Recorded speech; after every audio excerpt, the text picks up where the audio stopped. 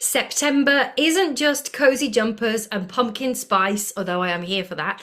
It is also eclipse season. So we have got a blood moon, we have got a solar eclipse, and we've also got the turning of the wheel as we step into the autumn equinox.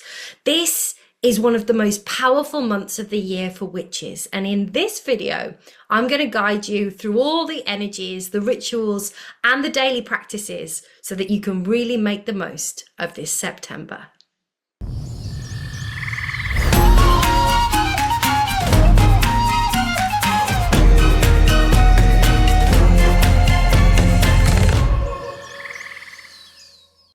Hey wild ones, if I've not met you before, hello, I'm Emma Louise Dyson, earth medicine woman and shamanic witch. Welcome to my channel. Here we share seasonal witchcraft, stone and plant magic, and also practical ways to really live in harmony with the changing of the seasons and the wheel of the year. So if that is your kind of magic, hit the subscribe, tap the notification bell, and give this video a like. It really helps, and it helps more witches like you find their way here. So let's dive into September. So it is a big month. And the first big event of September is, of course, the blood moon. So on the 7th, we have got a total lunar eclipse in Pisces. So the moon is actually going to turn red for over an hour, which is pretty freaking cool. And if you're in the UK like me, you'll be able to catch it rise on the horizon just as the eclipse is ending.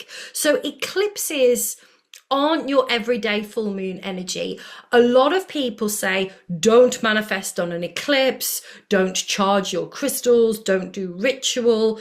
And honestly, I am not a fan of rules in witchcraft. You do you. But for me, eclipses, the energy of an eclipse feels quite chaotic. It's a bit shadowy, it's a bit unpredictable. And for me, it's a time of endings and revelations and big karmic shifts. There's already a load of stuff unfolding for me as I'm recording this. It's quite exciting. But a blood moon in Pisces takes us really deep into the emotions. It takes us into emotional, it takes us into the intuitive, and it takes us into that liminal space. It is about surrendering, it is about letting go of what no longer serves us. And it's also about listening to what is actually rising through your dreams, through your water, through your body. So what can we do with this, right? I recommend keeping it simple. So light a candle, sit with a bowl of water, and just ask yourself, what am I ready to release? You might want to write it down. You might want to burn the paper. You might want to whisper into the water and then pour it back into the earth. For me, this is a night for release. It is a night for trusting, and it is also a night for listening as well. So let the moon do her thing and meet her where you are. And then 2 weeks later, we get another big one. We've got a new moon on the 21st, which is also a partial solar eclipse in Virgo. And the solar eclipse and the new moon together, that kind of turns the energy up to 11. Like, it is crazy. And with Virgo, we have this really kind of earthy, practical, detailed focus. So it is about health and habits and routines and the small things that can really make up a bigger picture. So this eclipse might highlight to you where you're ready to make a shift. Maybe that is clearing out clutter. Maybe that is changing a daily habit or dropping one, right? It might also be dropping the need to be perfect all of the time. We don't need to be perfect. Perfect doesn't exist. So you're going to hear people saying, don't do magic during the eclipse. My view, you do you. I will always say the same thing. If it feels right, work with it. If it feels wobbly, sit it out. Personally, what I like to do is I like to keep eclipse rituals really simple. Journaling, cleansing my house, setting one clear intention around what I'm ready to let go of so that I can create more space for the things that really matter in life. So for me, and again, this is just my personal experience, it is less about kind of grand ceremonies and it is more about small practical magic. And that is the stuff that Virgo thrives on. So even just making yourself a cup of herbal tea with the intention is a spell, right? So really think about that. And then right after the 21st, on the 22nd, we reach the autumn equinox. So it's one of my favorite times of year, the moment of balance between the light and the dark, the day and the night are equal. Some people call this Mabon. I'm going to do another whole video about that next week, maybe, or the week after. So make sure you stay tuned for that. But its energy is all about harvest and gratitude, and also preparing to step into the darker half of the year. Now, I've already made a whole video on how you can celebrate the equinox. I'll make sure I tag that below if you want to dive deeper. And I've also done a video as well on working with different herbs and crystals during the equinox. So I'll also tag that as well. So with all of that, with the blood moon, the solar eclipse, the equinox, September really carries a really particular flavor, right? It is around... It's transitional. It is shifting out of summer's kind of fullness into autumn's descent.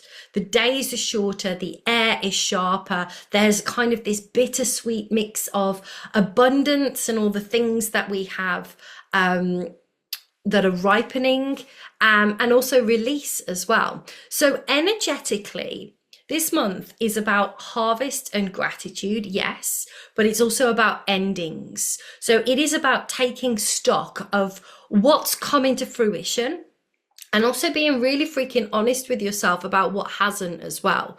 It's a good time to reflect, to rebalance, to prepare for the darker months ahead.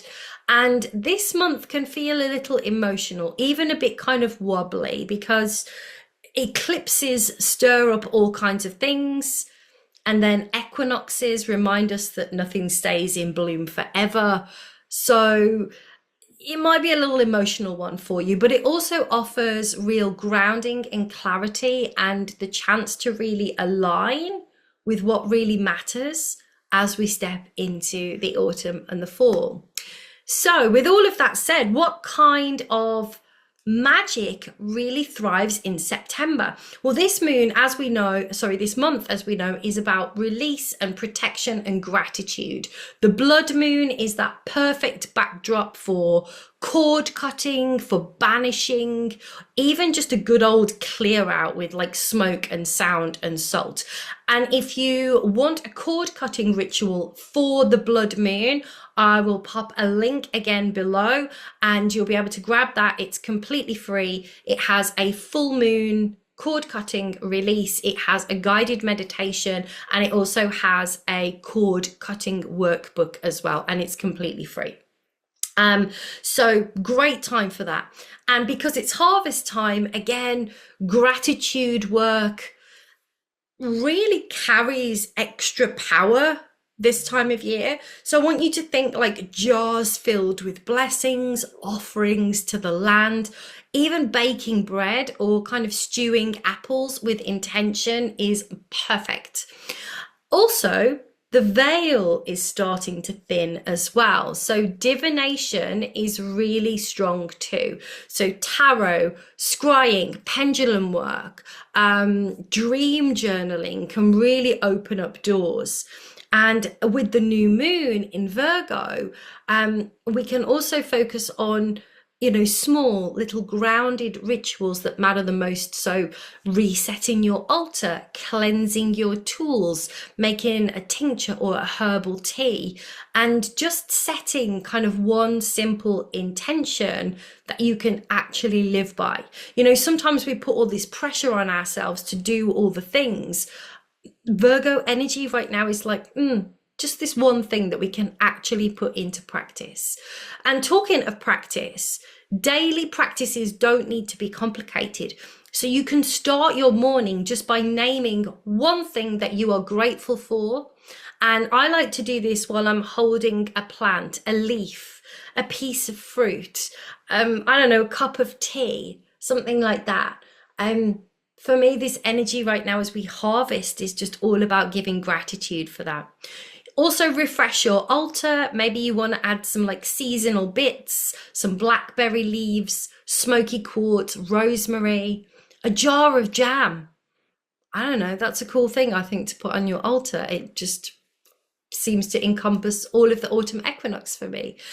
You can also forage if you can as well. Elderberries, rose hips, blackberries, apples, they're all in their prime right now. And even seasonal produce from the market will be good to work with if you aren't able to do foraging. And also don't underestimate kitchen witchery. So stir your intention into your porridge, brew spiced teas, bake as an offering. Like, it's the perfect time of year for all of that. And finally, keep your journal close by and ask yourself, what am I harvesting? What am I ready to release? What do I need more balance with in my life? Because September has a way of answering these kinds of questions if you are willing to listen. So that's it, folks. That is the energy of September, a month of eclipses and harvest and balance and shadow work. It's a really potent time to slow down and to listen and to really just allow your magic to really meet the season where you are right now. And I would love to hear from you. So let me know in the comments what you're planning on doing this September, whether it is a ritual under the blood moon, whether it is a little bit of kitchen witchery, or maybe you're just going to take more time to ground into the autumn energy. Let me know in the comments. Oh, and if you'd like to go deeper into this kind of work, I want you to comment the word wild in the comments, W-I-L-D, wild, because I am opening up registration for my upcoming Earth Medicine certification. It is called Wild Thread. We're going to go deep into plant shamanism, stone medicine, and elemental alchemy, amongst other things. So if you'd like to work with me in one of my certifications, just pop the word wild below and I'll send you some more info. Don't forget though to like this video, to subscribe if you haven't done already, and tap the notification bell so you don't miss the next one. And I will see you in the next video. Stay cool.